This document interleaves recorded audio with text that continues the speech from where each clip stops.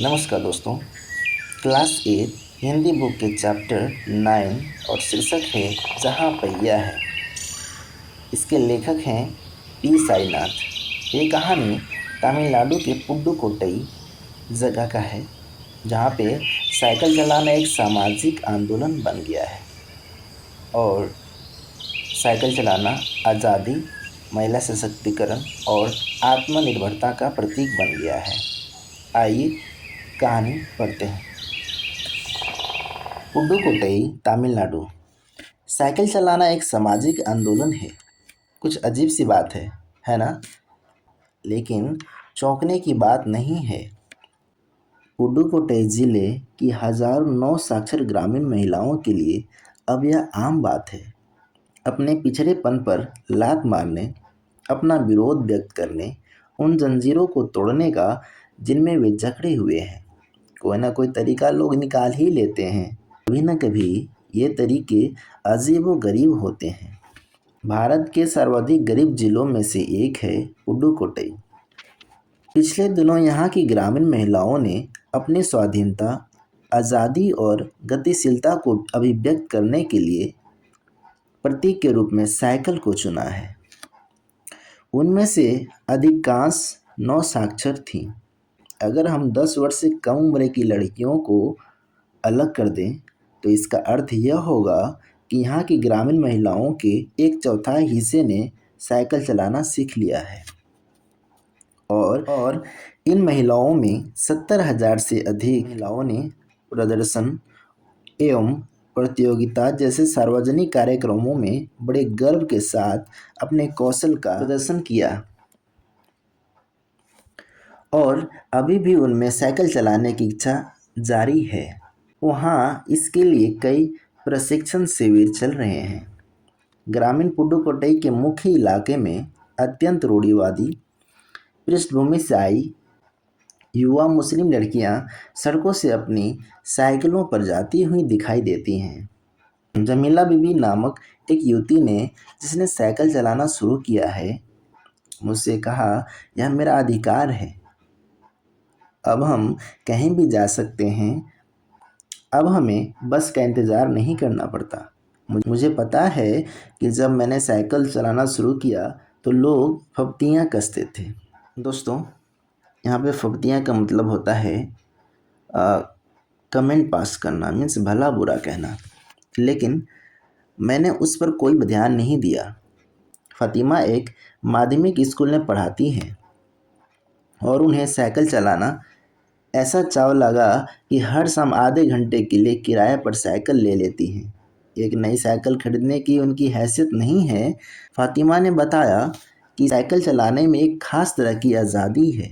हमें किसी पर निर्भर नहीं रहना पड़ता। मैं कभी इसे नहीं छोड़ूंगी।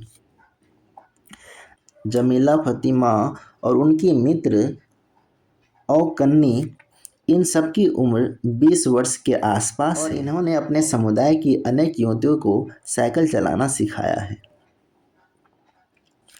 इस जिले में साइकिल की धूम मची हुई है।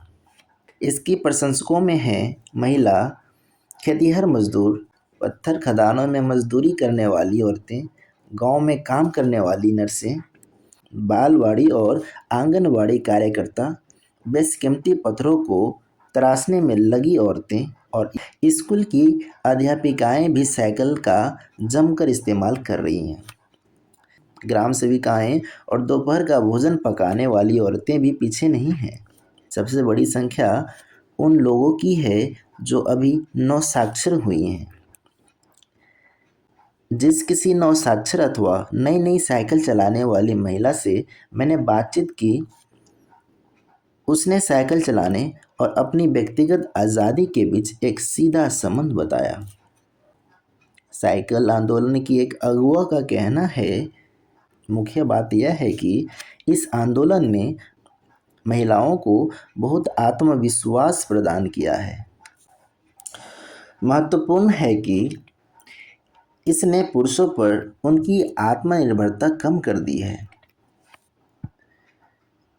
अब हम प्रायः देखते हैं कि औरतें अपनी साइकिल पर 4 किलोमीटर तक की दूरी आसानी से तय कर पानी लाने जाती हैं। कभी कभी साथ में उनके बच्चे भी होते हैं। यहाँ तक कि साइकिल से दूसरे स्थानों से सामान ढोने की व्यवस्था भी खुद ही की जा सकती है। लेकिन यकीन मानिए, जब इन्होंने साइकिल चलाना शुरू किया तो इन पर लोगों ने जमकर प्रहार किया, जिससे इन्हें झेलना पड़ा। गंदी गंदी टिप्पणियां की गई। धीरे धीरे साइकिल चलाने को सामाजिक स्वीकृति मिली, इसलिए महिलाओं ने इसे अपना लिया। साइकिल प्रशिक्षण शिविर देखना एक असाधारण अनुभव है। कुलाकुरुचि गांव में सभी साइकिल सीखने वाली महिलाएं रविवार को इकट्ठी हुई थीं। साइकिल चलाने के आंदोलन के समर्थन में ऐसे आवेग देखकर कोई भी हैरान हुए बिना नहीं रह सकता। उन्हें इसे सीखना है। साइकिल ने उन्हें पुरुषों के द्वारा थोपे गए दायरे के अंदर रोजमर्रा की घिसी पिटी चर्चा से बाहर निकलने का रास्ता दिखाया। ये नौ साइकिल चालक गाने भी गाती हैं। उन गानों में साइकिल चलाने को प्रोत्साहन दिया गया है।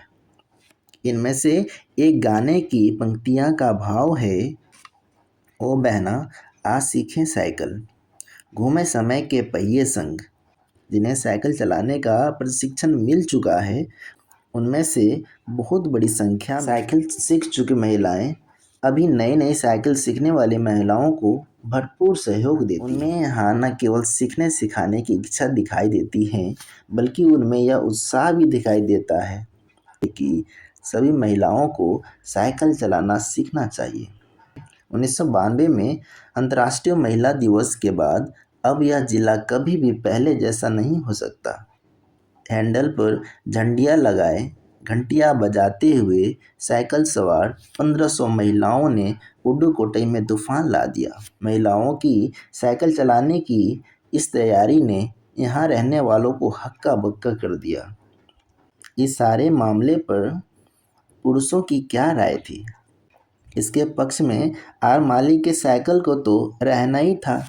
इस अकेले डीलर के यहाँ लेडीज साइकिल की बिक्री में साल भर के अंदर काफ़ी वृद्धि हुई।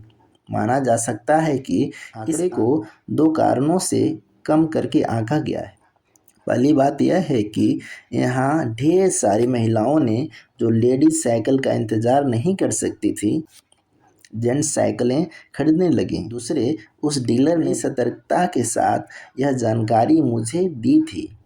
उसे लगा कि मैं बिक्री कर विभाग का कोई आदमी हूँ। उद्यमी अन्नामलाई की चिलचिलाती धूप में एक अद्भुत दृश्य की तरह पत्थर के खदानों में दौड़ती भागती 22 वर्षीय मनोरमणि को लोगों ने साइकिल सिखलाते देखा। उसने मुझसे बताया कि हमारा इलाका मुख्य सड़क से कटा हुआ है। यहाँ जो साइकिल चलाना जानते हैं उनकी गतिशीलता बढ़ जाती है। साइकिल चलाने के बहुत निश्चित आर्थिक निहितार्थ थे। इससे आय में वृद्धि हुई है। यहाँ की कुछ महिलाएं अगल बगल के गांवों में कृषि संबंधी अथवा अन्य उत्पाद बेच आती हैं। साइकिल की वजह से बसों के इंतज़ार में व्यय होने वाला उनका समय बच जाता है। खराब परिवहन व्यवस्था वाले स्थानों के लिए यह बहुत ही महत्वपूर्ण है। दूसरे, इससे इतना समय मिल जाता है कि अपना सामान बेचने पर ज़्यादा ध्यान केंद्रित कर पाती है। तीसरे, इसे और अधिक इलाकों में जा पाती हैं। अंतिम बात यह है कि अगर आप चाहें तो इससे आराम करने का काफ़ी समय मिल जाता है। जिन छोटे उत्पादकों को बसों का इंतज़ार करना पड़ता था, बस स्टॉप तक पहुंचने के लिए भी पिता भाई पर निर्भर रहना पड़ता था, वे अपना सामान बेचने के लिए कुछ गिने चुने गांवों तक ही जा पाती थी। कुछ को पैदल ही चलना पड़ता था। जिनके पास साइकिल नहीं है वे अब भी पैदल ही जाती हैं। फिर उन्हें बच्चों की देखभाल के लिए या पीने का पानी लाने जैसे घरेलू कामों के लिए भी जल्दी ही भागकर घर पहुंचना पड़ता था। अब जिनके पास साइकिलें हैं वे सारा काम बिना किसी दिक्कत के कर लेती हैं। इसका अर्थ यह हुआ कि अब आप किसी सुनसान रास्ते पर भी देख सकते हैं कि कोई युवा माँ साइकिल पर आगे अपने बच्चों को बैठाए पीछे कैरियर पर सामान लादे चली जा रही है। वह अपने साथ पानी से भरे 2 या 3 बर्तन लिए अपने घर या काम पर जाती देखी जा सकती हैं। अन्य पहलुओं से ज़्यादा आर्थिक पहलू पर ही बल देना गलत होगा। साइकिल प्रशिक्षण से महिलाओं के अंदर आत्मसम्मान की भावना बहुत ही महत्वपूर्ण है। फातिमा का कहना है, बेशक यह मामला केवल आर्थिक नहीं है। फातिमा ने यह बात इस तरह कही जिससे मुझे लगा कि मैं कितनी मूर्खतापूर्ण ढंग से सोच रहा था। उसने आगे कहा कि साइकिल चलाने से मेरी कौन सी कमाई होती है, मैं तो पैसे ही गंवाती हूँ। मेरे पास इतने पैसे नहीं हैं कि मैं साइकिल खरीद सकूँ, लेकिन हर शाम किराए पर साइकिल लेती हूँ ताकि मैं आज़ादी और खुशहाली का अनुभव कर सकूँ। पुडुकोट्टई पहुँचने से पहले मैं इस विनम्र सवारी के बारे में कभी इस तरह सोचा ही नहीं था। मैंने कभी साइकिल को आज़ादी का प्रतीक समझा ही नहीं था। एक महिला ने बताया, लोगों के लिए यह समझना बड़ा कठिन है कि ग्रामीण की महिलाओं के लिए यह कितनी बड़ी चीज़ है। उनके लिए यह तो हवाई जहाज़ उड़ाने जैसी बड़ी उपलब्धि है। लोग इस पर हंस सकते हैं, लेकिन केवल यहाँ की औरतें ही समझ सकती हैं कि उनके लिए यह कितना महत्वपूर्ण है। जो पुरुष इसका विरोध करते हैं वे जाएं और टहलें, क्योंकि जब साइकिल चलाने की बात आती है वे महिलाओं की बराबरी कर नहीं सकते। शुक्रिया।